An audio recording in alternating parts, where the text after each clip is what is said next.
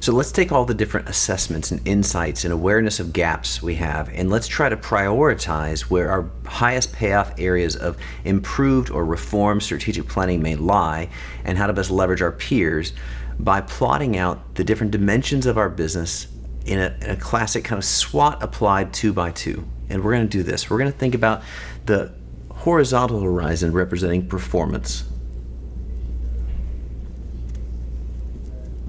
And we're going to allow the vertical to represent planning. So this would be a high degree of planning excellence and effectiveness in strategic areas we've talked about before versus a lack of adequate planning. This is suboptimal performance. This is excellent performance.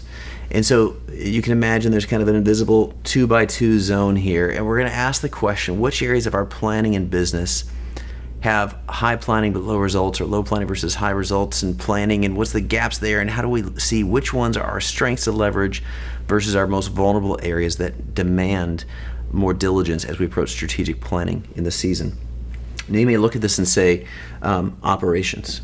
Oftentimes the way we make product and deliver on product is one of our most heavily invested areas, and so a high degree of planning, and perhaps in this past year you've seen it deliver and weather the necessary pivots of a disrupted marketplace. Great. Then that becomes a strength to go, how do we leverage that component of our disciplines in our planning and overall business mix? But let's then look at other areas that may be masked by the performance of those strength areas. Perhaps you've recognized that the emerging marketplace has challenged your balance sheet disciplines, the cash flow necessary, the way you've leveraged debt vehicles or account receivables, your revenue cycle, and how this translated into financial disciplines has been tested. And maybe you had great plans before, but the game has changed. And so you'd go, we had great plans, but the performance that area has been low, and we understand why. Again, this is helping us identify a risk area. Perhaps you've looked back in the year and you realized we've both had a poor planning discipline to ministry. Our caring culture initiatives have just been by default, and we've taken for granted the ease with which we approach them because of the environment we're in. And this changing environment has revealed both a need for better planning around how we do ministry in and through the business, so that we can unlock the kind of results that we need to see and want to see for an eternally balanced scorecard.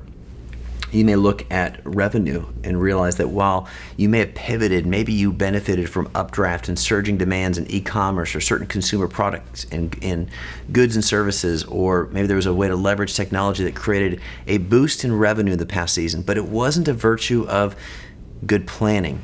Well, as the saying goes, success is oftentimes a self-correcting phenomenon. And so let us harness the early wins of that revenue performance and ask, how do we support it with more deliberate planning and diligence so that it can move up into the upper right where the operations area is. Many are going to find that there's a similar implication for our development of people, how we're hiring people, finding people, paying people, telework, virtual culture, all these different issues. There may be a realization that we've had good plans before, but the market has changed. Our results are not in line, and so we need to go back and refresh how we're doing this. Well, this general zone here represents our weaknesses, our gaps, our greatest opportunities to move things up and to the right. Similarly, how do we take this opportunity of having performance, frankly, exceed the disciplines we've applied behind it and reinforce it to move it up into the area of stability with whatever other areas of strength you have?